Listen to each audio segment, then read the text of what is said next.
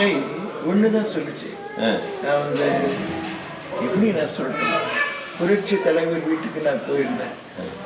அப்போ அவர் காலமாக இருந்தார். ஜானகி அம்மையார் அவங்க இருந்தாங்க.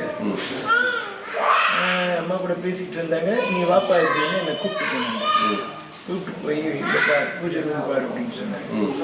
வந்து பார்க்கும்போது உள்ள அவருடைய தாயாருடைய உருவப்படத்தை வச்சு பெரிய சின்ன பிள்ளையார் அவங்க இந்த எந்த தெய்வம் இருக்கோ அந்த தெய்வத்தை வச்சு வணங்குறாரு.